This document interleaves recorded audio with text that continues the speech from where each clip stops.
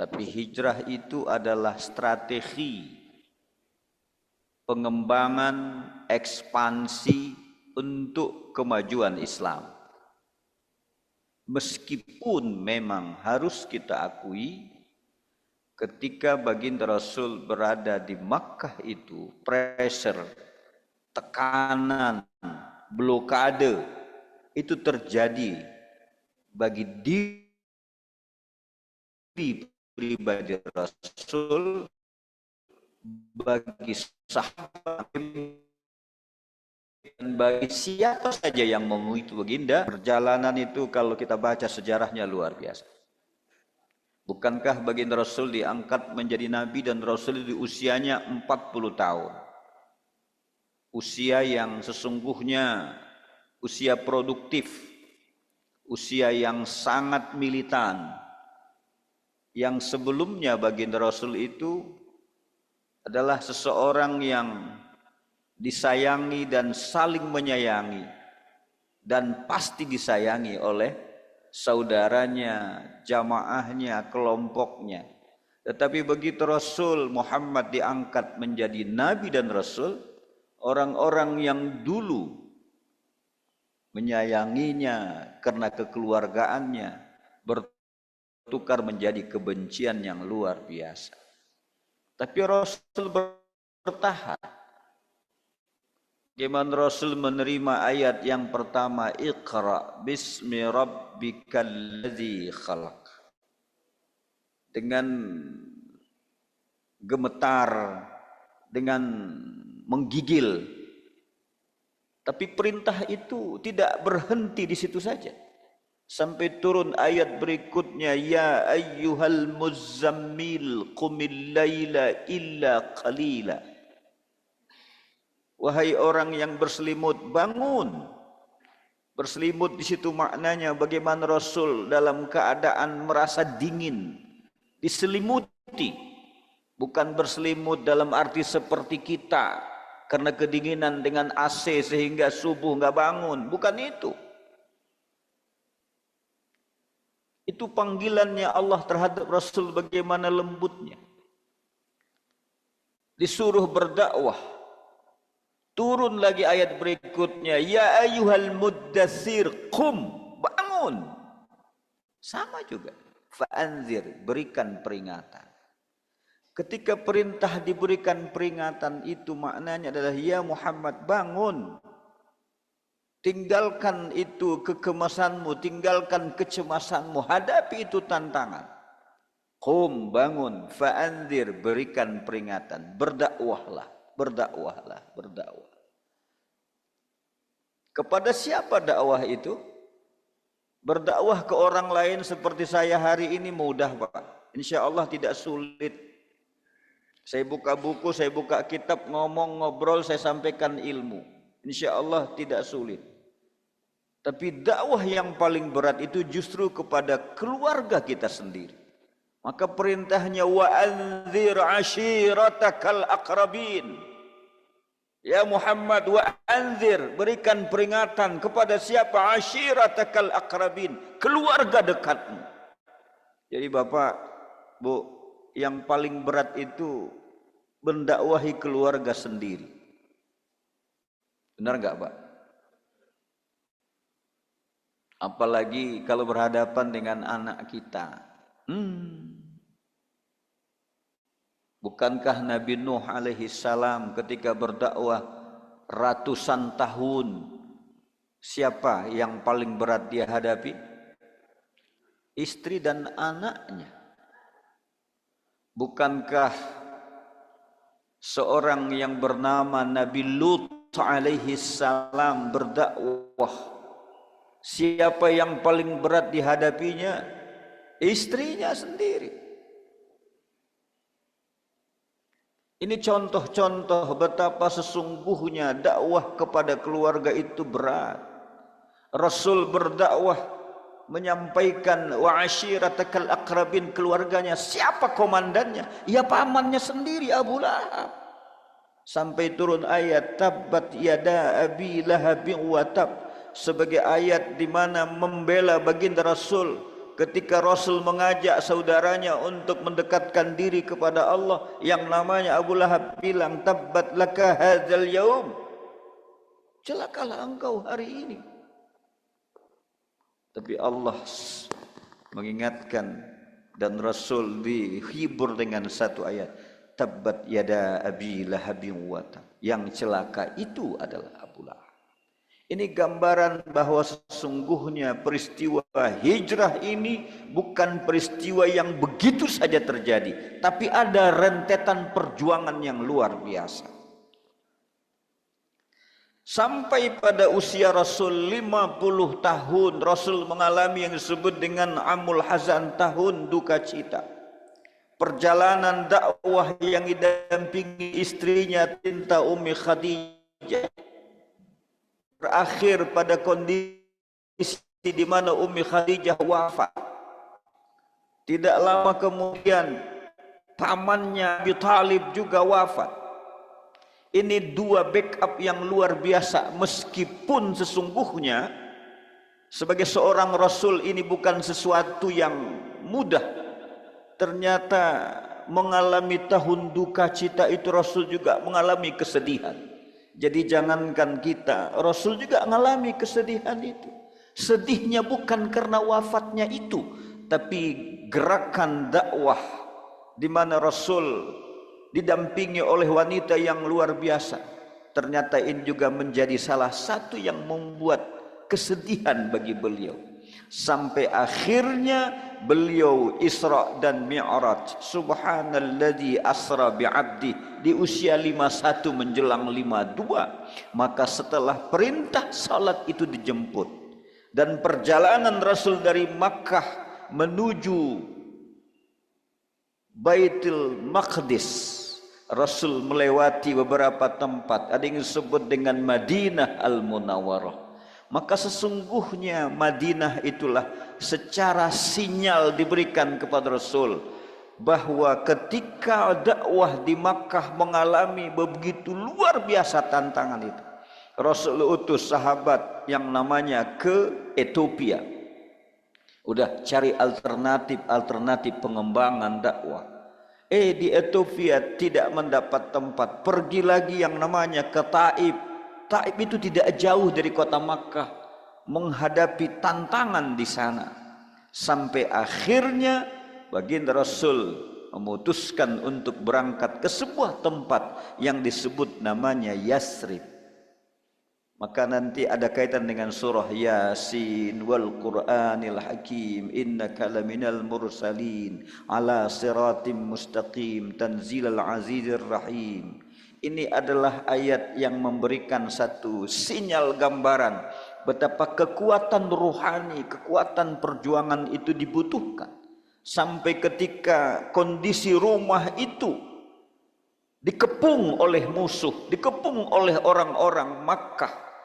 Pada saat itulah Ali bin Abi Thalib, anak muda yang luar biasa di zaman itu, mengambil resiko yang luar biasa, menempati tempat tidurnya baginda Rasul. Maka peranan Ali bin Abi Thalib, Abu Bakar As-Siddiq, Umar bin Khattab, sahabat-sahabat yang membuat strategi perpindahan Rasul dari Makkah menuju Madinah itu strateginya yang luar biasa. Nah, itu momentum sejarah. Silakan banyak versi mungkin membicarakan itu, tapi saya ingin mengatakan kepada kita bahwa hijrahnya Rasul menuju Madinah bukanlah perjalanan sesederhana mungkin. Banyak di situ Rasul didampingi seorang sahabat yang luar biasa. Setelah itu ada pengembala kambing yang mengikuti di belakang dengan harapan ketika jalan debu, maka kambing itu menghapus jalan sehingga tidak terdeteksi kemana perjalanan itu. Tapi jauh lebih penting dari itu, kalau terjadi sesuatu kehausan, maka susu kambing bisa diperas. Banyak sekali strategi-strategi yang dibutuhkan waktu itu. Bapak Ibu sekalian, karena itulah konteks hijrah kita hari ini bukan bicara tentang Muharram, bulan Muharramnya, tapi adalah bicara tentang bagaimana menyikapi peristiwa ini dalam kaitan kita hari ini. Karena itu maka kalau boleh saya menyebut hijrah itu bisa dimaknakan dengan 3 hal. Yang pertama disebut dengan hijrah badaniyah atau hijrah makaniyah. Hijrah badaniyah, badannya yang pindah, atau makaniyah yang disebut dengan pindah tempat, makan. Bukan makan dalam arti yang kita makan, makan itu tempat. Maka ketika Rasul memilih yang namanya Yasrib, dulu namanya Yasrib. Yasrib itu satu tempat yang disebut dengan kumuh, tidak beraturan. Sukanya itu Yasrib. Yasrib itu suka berantem. Nah, jadi ketika itu Yasrib itu secara kebersihan kumuh, meskipun dikenal itu Madinah atau Yasrib adalah kota pertanian, Rasul datang itu ditata. Kehidupan masyarakatnya cepat tersinggung, cepat berantem. Di situ ada 2 suku yang luar biasa, suku Khazraj dan suku Aus, yang nanti akan turun ayat bicara tentang itu. Ya ayyuhalladzina amanu taqullaha haqqa tuqatih wa la tamutunna illa wa antum muslimun wa'tasimu bihablillahi jami'an wa la tafarraqu. Setelah Rasul nanti pindah ke Madinah, mereka disebut dengan kaum Ansar, tapi orang-orang Yahudi tidak puas dengan kejadian itu. Maka 2 suku ini diadu, 2 suku ini disuruh berantem. Maka diingatkan, wa'tasimu bihablillahi jami'an wa la tafarraqu. Kenapa? Karena Yasrib itu diartikan adalah suka berantem, suka tawuran. Jadi kalau kita hari ini masih ada yang suka tawuran, sesungguhnya kita kembali ke zaman Yasrib dulu itu.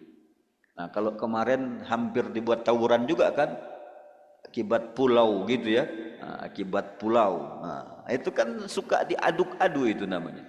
Nah, alhamdulillah selesai. Ini sekarang muncul lagi mana itu, Bangka Belitung, kepengen pulaunya dikembalikan. Karena Bangka Belitung itu dulu kan Sumatera Selatan. Ya, saya kemarin baru balik dari sana, mereka sebut sama saya, Pak Kiai, kalau Aceh bisa dapat, kita juga sekarang mau dikembalikan.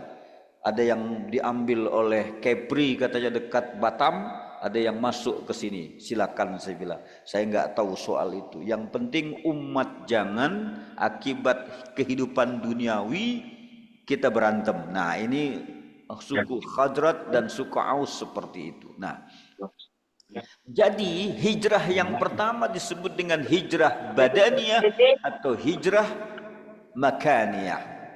Yang kedua, hijrah dimaknakan dengan hijrah qalbiyah, atau lebih populer dengan misalnya istilah lain, hijrah ma'nawiyah. Jadi hakikat hijrah itu bukan hanya pindah tempatnya, tapi hakikat hijrah maknanya itu adalah menghijrahkan kita punya hati, menghijrahkan spiritual kita dari yang belum baik menjadi baik, dari yang sebelum ini malas-malas jadi rajin, dari yang sebelum ini masih belum memikirin tentang ukhrawi, sekarang sudah masuk ke fase itu gitu. Kita ini kan apa namanya, hidup kita ini antara azan dan qomat katanya. Jadi tinggal menunggu saja, diazankan ketika lahir, nanti dikomatin deh sebentar lagi gitu ya. Jadi karena itu maka ketika kita bicara tentang hijrah, bukan badannya saja yang menjadi masalah, tapi hari ini adalah maknawiyahnya, yaitu qalbiyah kita. Yang ketiga, hijrahnya Rasul juga harus diartikan dengan hijrah jihadiyah, hijrah perjuangan untuk dakwah Islamiyah. Jadi berangkatnya Rasul meninggalkan Makkah selama lebih kurang 13 tahun di Makkah itu, maka tidak ada solusi lain untuk kita, untuk Rasul melakukan ekspansi dakwah kecuali dengan hijrah. Nah, makanya ketika Rasul meninggalkan Makkah menuju Madinah, itu luar biasa sekali sambutan orang-orang di Madinah. Kita kenallah satu syair, tala'al badru alaina tala'al badru alaina. Mereka sudah tahu tentang baginda Rasul, sudah tahu bagaimana Islam di Makkah. Maka begitu langsung hadir di sana, itu luar biasa sekali sambutan yang muncul untuk itu. Bapak Ibu yang dimuliakan Allah Subhanahu wa taala, maka hijrah makaniyah, hijrah ma'nawiyah, hijrah jihadiyah ini adalah bahagian dari salah satu yang kita harapkan hidup dalam diri kita hari ini. Makaniyah kita tidak pindah dari sini, tapi hijrah qalbiyah, maknawiyah itu yang kita harapkan. Cukupkah itu? Belum. Hari ini saya ingin mengajak kita untuk hijrah jihadiyah. Maknanya apa? Tidak boleh cuek dengan pengembangan dan perkembangan kehidupan agama kita. Bu, Bapak Ibu sekalian, hari ini kita berhadapan dengan kondisi real kita. Ini kita lihat saja. Kalau disebut anak muda cuma berapa orang yang hadir ini dari pesantren nih, 2 orang nih. Yang lain kan kita S3 semua ini. Ini realita, Pak. Realita ini. Realita. Nah, artinya apa? Diperlukan kepada kita untuk membangun komunitas kehidupan generasi kita ke depan. Ketika bicara itu, maka tidak ada yang memungkinkan. Semua mungkin, asal dihidupkan jihad di hati kita. Makanya jihad itu tidak bisa dipisahkan. Innalladzina amanu wa hajaru wa jahadu fi sabilillah. 3 kata yang tidak dipisahkan dalam ayat ini. Amanu wa hajaru wa jahadu. Iman, hijrah dan jihad, atau iman, hijrah dan jihad. Iman, jihad, dan hijrah. 3 ini tidak bisa dipisahkan. Tidak mungkin orang melakukan perbaikan dirinya kalau tidak dengan nilai keimanan yang kuat. Perbaikan diri itu disebut dengan hijrah. Dan hijrah itu akan bisa istiqomah, konsisten, komitmen ketika jihadnya tidak melempem.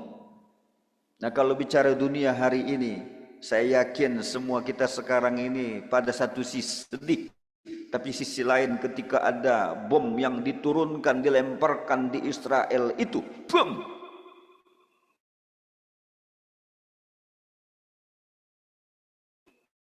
Saya kemarin melihat satu konser, itu di belakangnya itu gambar bom yang dilemparkan ke Israel. Senang sekali. Saya enggak tahu hati kita senang enggak gitu. Saya ulang-ulangi itu, videonya itu. Betapa senangnya hati kita ternyata masih ada yang berani untuk memborbardir Israel itu. Yang dulu katanya hebat sekali itu bentengnya. Jebol, Pak. Kalau Allah berkehendak semuanya terjadi. Belum lagi berita bagaimana kebakaran besar misalnya di beberapa tempat di sana itu. Ini menggembirakan kita ini. Semangat jihad kita harus hidup ini. Enggak boleh cuek, Pak. Enggak boleh ini. Kunut-kunut najilah itu diteruskan, Pak. Ini semangatnya dihidupkan, Pak. Kita enggak bisa melakukan apa-apa kecuali itu. Dan hari ini itu sudah mulai. Saya sering bilang sama teman-teman, udah deh nggak usah ngumpulin uang banyak-banyak sekarang. Kenapa? Karena belum tentu juga sampai itu uang, saya bilang. Ada kita lihat itu masyarakat dunia begitu merasakan getaran kemanusiaan. Mereka mungkin empati bukan karena agamanya, tapi empati terhadap kezaliman dunia, membiarkan sebuah negara ditindas hanya untuk kepentingan politiknya, hanya untuk kepentingan kehidupan mereka. Tapi kita barangkali umat Islam ya, 2 hal lah, kemanusiaan itu pasti. Tapi yang lebih pasti adalah semangat jihad kita terusik. Tidak bisa kita damai dan tentram ketika melihat saudara kita diperlakukan sekejam dan sebengis itu. Nah, karena itu maka hijrah harus diartikan dengan hijrah jihadiyah. Sebahagian menyebut bahwa hijrah itu juga dibagi dengan 3 hal. Pertama adalah hijrah insaniyah. Kenapa disebut dengan hijrah insaniyah? Ketika orang-orang Makkah yang dipimpin baginda Rasul masuk ke kota Madinah, yang Madinah itu sebelumnya sebutlah Yasrib, kurang rapi, berantem. Orang-orang dibawa Rasul dari Makkah, orang yang sudah Islamnya begitu luar biasa, sanggup mereka tinggalkan itu Makkah, keluarganya tinggalkan, mencari satu tempat yang belum ada kepastian hidup, tapi mereka cinta dan sayang kepada Rasul dan jihadnya pindah. Apa yang terjadi? Orang komunitas yang baik dibawa ke sebuah tempat, itulah yang disebut dengan hijrah insaniyah. Dirubah itu perilaku dengan membawa orang ke situ. Dan orang yang dibawa itu bukan sekedar orang-orangan, enggak, tapi orang yang menjadikan keteladanan sehingga merubah yang terjadi itu. Itu yang kita harapkan Bapak jamaah haji kita yang pulang 220 juta lebih itu. Kita kepengen mereka itu betul-betul menjadi guru bagi kita semua. Maknanya apa, Bu? Orang yang sudah soleh dan solehah itu kembali ke tanah airnya bisa menjadikan perubahan bagi dirinya dan keluarganya. Maka kalau ditanya saya, kalau disebut dengan haji mabrur, saya tidak bermakna itu haji makbul, tidak. Kan disebut apa itu mabrur, diterima. Enggak, kalau diterima namanya makbul. Mabrur, barra ya birru, birrun, berbuat baik, berbakti. Jadi kalau ditanya haji mabrur, haji orang-orang yang kembali ke negerinya, meningkatkan baktinya kepada Rabbnya, baktinya kepada negerinya, baktinya kepada agamanya. Jadi haji mabrur ada perubahan yang luar biasa dari kita yang sudah berhaji ini untuk meningkatkan bakti kita terhadap kehidupan agama kita, kehidupan rakyat kita, kehidupan bangsa kita. Nah, ini disebut dengan hijrah insaniyah. Maknanya apa? Di hadapan Allah yang paling mulia adalah takwanya. Ya ayuhan nas, inna khalaqnakum min dzakarin wa untha wa ja'alnakum syu'uban wa qabaila lita'arafu. Inna akramakum indallahi atqakum. Ini perubahannya. Yang kedua, hijrah tsaqafiyah. Hijrah tsaqafiyah itu adalah hijrah kebudayaan. Bayangin Bapak, sebelum Islam datang, mereka budaya jahiliyah. Orang yang berada di Makkah awalnya budaya jahiliyah. Orang-orang bodoh, juhala. Muslim mereka, Islam mereka. Bersama dengan Rasul pindah ke Madinah. Maka akhlakul karimah yang menjadi budaya yang melekat include dalam dirinya itu pindah, dibawa ke Madinah. Sehingga apa yang terjadi? Budaya-budaya, tradisi, kebiasaan yang tidak sesuai dengan ilahi Rabbi, tidak sesuai dengan ajaran baginda Rasul, secara perlahan-lahan itu berubah. Bu, ada orang sahabat yang bernama Abu Hurairah. Saya kira kenapa saya sebut Abu Hurairah? Saya lihat ada kucing di situ tadi. Ada kucing masuk tadi kan?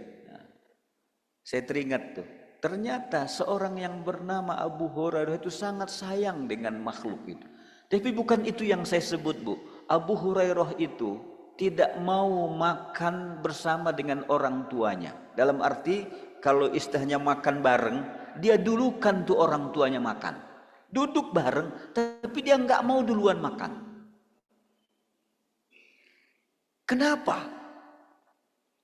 Karena dia takut ketika makan itu. Dia mengambil lauk pauk, kalaupun misal lauk pauk kita sebut. Dia takut mendahului mak dengan ayahnya.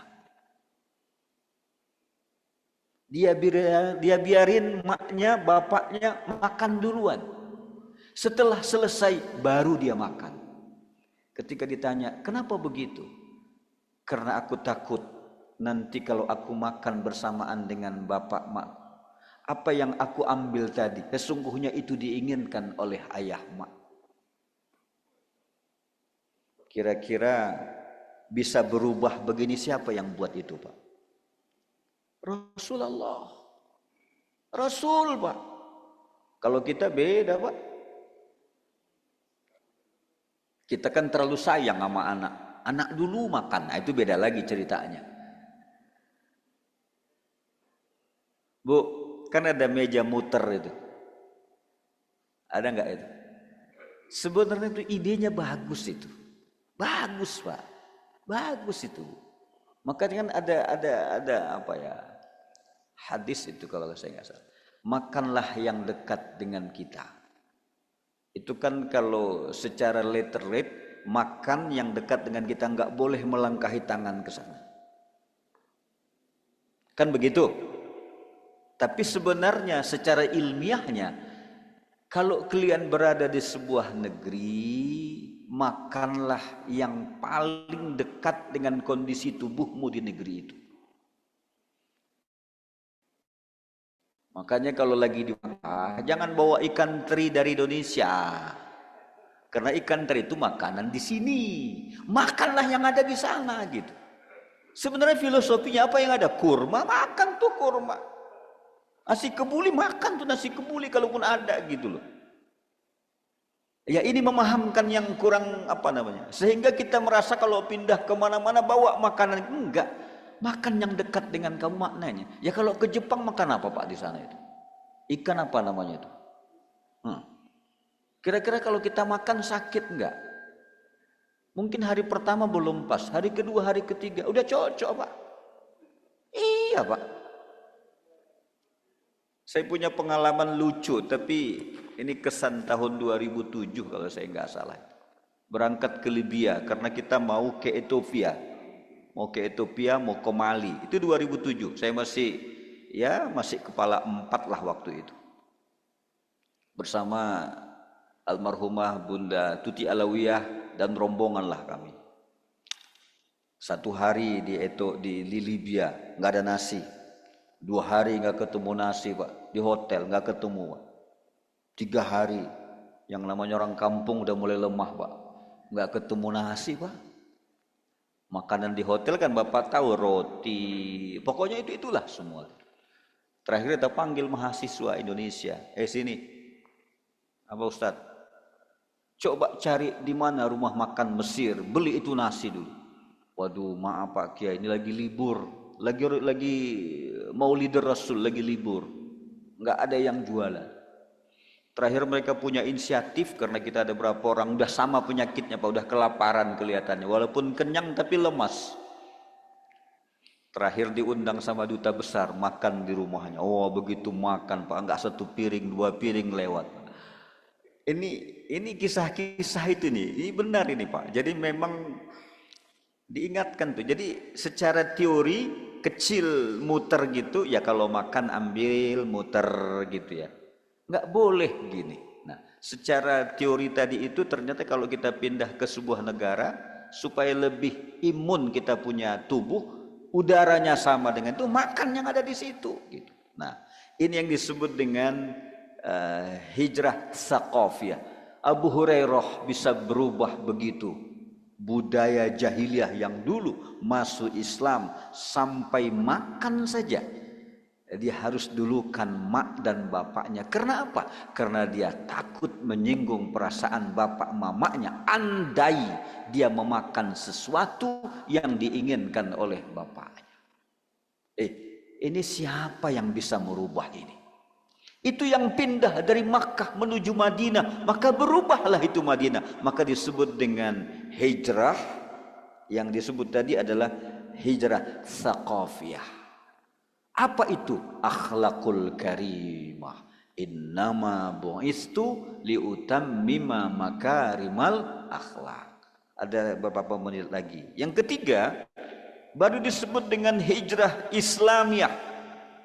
Kalau tadi kita sebut ada hijrah jihadiyah, tapi juga ada yang menyebut dengan hijrah Islamiyah. Maknanya apa? Hijrah kepasrahan. Jadi pindah dari Makkah menuju Madinah itu, di samping berdakwah mengembangkan agama Allah. Untuk apa? Supaya manusia ketika dia beriman dengan Allah Subhanahu wa taala, cinta kepada Rasulnya, cinta kepada Islam, ada sikap pasrah, tunduk dan patuh. Inna salati wa nusuki wa mahyaya wa mamati lillahi rabbil alamin. Inilah makna-makna hijrah sesungguhnya yang kita artikan dalam konteks kekinian. Bagaimana dengan kita berada di sebuah tempat, tempat itu damai dengan adanya kita. Bagaimana kalau kita di sebuah keluarga, nilai-nilai akhlak hidup di sebuah keluarga. Ini berat sekali. Karena itulah maka dakwah yang tadi kepada keluarga menjadi prioritas, baru kemudian nanti kita berdakwah dalam bentuk secara menyeluruh. Bapak Ibu yang dimuliakan Allah Subhanahu wa taala. Nah, ketika Rasul sudah pindah ke Madinah untuk mengimplementasikan makna-makna hijrah itu, kita melihat setidaknya Rasul membangun ada 3 perangkat. Yang pertama, begitu sampai di Madinah, Rasul membangun masjid. Masjid apa yang pertama dibangun, Pak? Masjid Quba. Saya yakin kalau kita umroh itu pastilah kita berkunjung ke Masjid Quba. Itulah masjid pertama yang didirikan baginda Rasul. Baru kemudian Masjid Nabawi. Pertanyaannya, kenapa masjid? Karena membangun nilai-nilai ketakwaan, membangun nilai-nilai persaudaraan yang tadi kita tahu bahwa ketika di Makkah nilai-nilai komunitas itu hanya berada pada kelompok-kelompok di mana Rasul berdakwah, ngumpul, sahabat datang, sembunyi-sembunyi. Oh, sekarang tidak bisa. Bangun komunitas, tapi juga mereka harus bertakwa kepada Allah. Maka nilai yang pertama diwujudkan adalah bangun itu masjid. Maka di sebuah masjid seperti yang kita ada hari ini, dia harus menjadi kekuatan, tidak hanya dalam bentuk ibadah, tapi juga adalah kekuatan ummah. Maka di masjid diperlukan ada perpustakaan, di masjid diperlukan ada yang disebut dengan ruang pertemuan, macam-macam. Malah sekarang barangkali di masjid kalau perpustakaan buku tidak ada, ada perpustakaan digital. Itu menunjukkan betapa ke depan kita sudah memfasilitasi generasi kita untuk hidup dan berkembang di dalam masjid. Sekarang ada masjid sebagai tempat pendidikan, ada pendidikan anak usia dini, ada pendidikan taman kanak-kanak. Itu semua bahagian dari menjadikan masjid rumpun kehidupan ummah. Sehingga la masjidun ussisa 'ala taqwa. Kemudian setelah itu, cukupkah masjid dibangun orang sudah bertakwa tapi tidak punya kehidupan? Maka Rasul membangun yang disebut dengan pasar. Jadi Bapak, Rasul membangun pasar, membangun ekonomi. Membangun ekonomi. Jadi sebenarnya kalau di sini orang membangun ekonomi hanya Jumatan gitu ya. Nanti Jumat diumumkan, Bapak-bapak para pedagang silakan berhenti sementara karena kita mau Jumatan. Itu sebenarnya bagus. Karena memang ngumpul semua. Sentra ekonominya hidup. UMKM-nya hidup sebenarnya gitu. Jadi kalau saya misalnya ditakdirkan bisa ketemu itu Menteri UMKM siapa itu? Pak Maman ya. Saya ingat saya akan bilang itu. Sebenarnya pasar UMKM itu kembangkan tuh di masjid-masjid. Kenapa? Disitulah sentralnya. Cuman harus ada kode etiknya, harus ada aturan mainnya gitu. Coba Pak, kalau misalnya habis subuh ini hari Jumat, itu sudah ada pasar-pasar di sini. Betapa masjid menjadi sentral kehidupan. Nanti sampai jam 11 mereka sudah dipersiapkan untuk ke masjid ramai gitu. Cuman diingatin ayatnya memang, ya ayyuhalladzina amanu idza nudiya lis-shalah min yaubil jumu'ah fas'au ila dzikrillah wa zarul bai'. Coba lihat tuh. Itu kan ayatnya menunjukkan betapa sesungguhnya nilai-nilai ekonomi dibangun, ada perintah azan, harus manut dengan perintah itu, tinggalkan dulu itu. Itu artinya menggambarkan ke kita bahwa memang Rasul tidak hanya membangun masjid, tapi juga membangun sentra pasar untuk kehidupan masyarakat. Maka jangan heran begitu, Pak. Saya kemarin baru pulang dari Bangka, baru malam. Begitu sampai di Bangka, dibawa oleh jamaah itu ke sebuah tempat makam, Pak. Begitu turun dari makam ke Bangka Selatan, itu perjalanan sekitar 3 jam. Kanwil Kementerian Agamanya mendampingi, membawa kita. Mau kemana kita sebut? Kita urusan wakaf, ada wakaf tanah makam. Ngapain ke tanah makam? Ternyata Bapak Ibu sekalian, makam itu punya lahan 5 hektar. Ada makam, kemudian di samping makam itu ada lahan. Lahan itu mereka tanami sawit, luasnya 5 hektar. Jadi kita datang, ada tempat mereka siapkan makam kiri kanan, di belakang makam itu ada 5 hektar sawit. Ini apa? Ini sawit kita bangun dan hasilnya digunakan untuk merawat makam. 1. Hasilnya digunakan, siapa saja masyarakat yang wafat itu dibiayai oleh hasil sawit.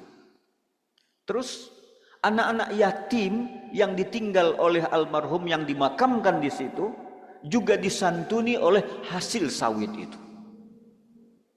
Wah, saya bilang, kita ngomong, ini baru terobosan masyarakat. Itu masyarakat desa, Pak, tapi pikirannya itu sudah membangun sentra. Jadi yang ditanam di situ bukan orang meninggal saja, tapi menanam orang yang ditinggalkan orang yang meninggal dunia. Coba tuh, Pak. Kalau kita kan makam bayar, Pak. Kan bayar mahal ya. Apalagi kalau Bapak dimakamkan ke daerah Kerawang sana, itu berapa itu, Pak? 1-2 miliar ya. Mungkin dengan 1-2 miliar ada AC di dalam kali, fasilitasnya luar biasa gitu. Wallahu a'lam. Pak, masyarakat tuh mikir. Kita tanya, kenapa kalian bangun sawit? Karena kita berpikir begini, katanya. Setiap orang yang meninggal ada tahlilan.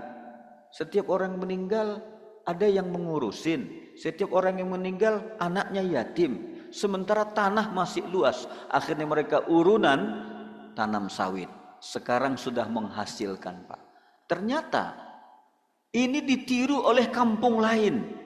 Kampung lain ada yang buat 10 hektar. Maka sekarang digerakkan setiap kelurahan harus punya wakaf produktif untuk menghidupi masyarakat yang ada di situ.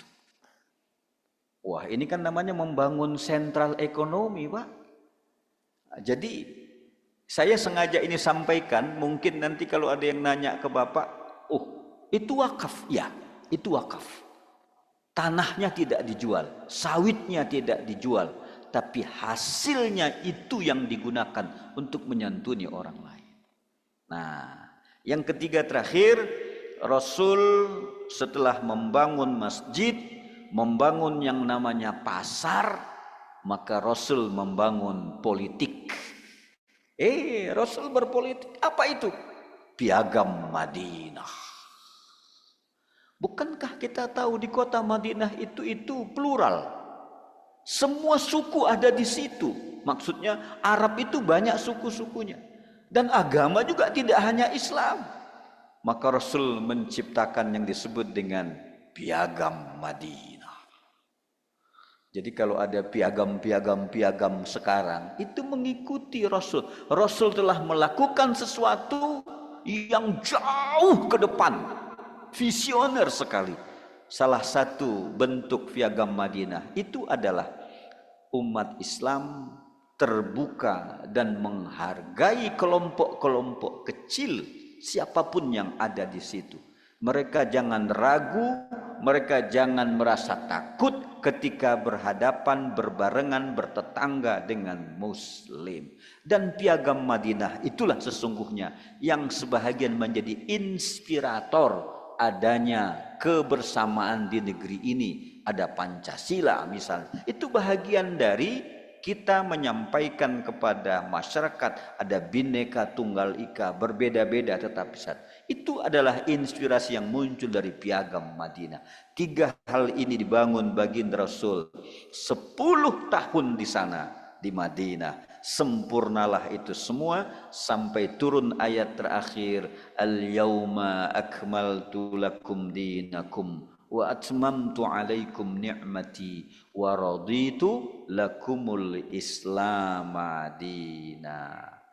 Ayat itu diturunkan ketika Rasul berada di Arafah di hari Selasa, lebih kurang 80 hari setelah itu Zulhijjah, Muharram, Safar, Rabiul Awal Rasul wafat. Jadi Rasul melakukan haji sekali-sekalinya. Ya, haji Rasul itu sekali-sekalinya. Karena memang perintah haji itu di situ. Sebelumnya Rasul menyuruh sahabat untuk melakukan Futuhul Makkah. Setelah Futuhul Makkah, Rasul mengirim sahabat untuk umroh. Maka haji sesuai dengan yang sekarang terjadi di akhir kehidupan baginda Rasul. Inilah barangkali beberapa hal. Kalau Bapak lihat dalam Al-Quran banyak sekali ayat tentang hijrah, lebih kurang ada 15 ayat dari beberapa surah. Tapi ada satu yang paling menarik di akhir ini, sebuah ayat boleh Bapak lihat nanti dalam surah ke-29 ya, surah Al-Ankabut ayat 26. Fa'amana Lut wa qala innani muhajirun ila rabbi innahu huwal azizul hakim. Maka Nabi Lut alaihi salam, Adam, Idris, siapa lagi? Adam, Idris, siapa urutannya? Adam, Idris, Nuh, Hud, Lut, Saleh, Ibrahim. Betul ya? Nah, Nabi Lut berarti kan sebelum Nabi Allah Ibrahim. Betul ya? Nah, fa'amana Lut wa qala innani muhajirun ila rabbi. Maka Nabi Lut membenarkan akan kenabian Nabi Allah Ibrahim alaihissalam. Padahal Ibrahim belum lahir, sudah dibenarkan. Dan Nabi Lut mengatakan bahwa Nabi Allah Ibrahim alaihissalam berkata, wa qala, dan berkatalah Nabi Allah Ibrahim, inni muhajirun ila rabbi. Ini makna hijrah yang sesungguhnya. Nabi Ibrahim bilang, sesungguhnya aku berpindah kepada tempat yang diperintahkan oleh Allah Subhanahu wa taala. Jadi inilah kunci hijrah itu. Wa qala inni muhajirun ila rabbi. Inilah Al-Quran yang menunjukkan Nabi Allah Ibrahim memaknakan hijrah itu. Muhajirun ila rabbi. Aku harus berpindah ke tempat yang diperintahkan oleh Allah Subhanahu wa ta'ala.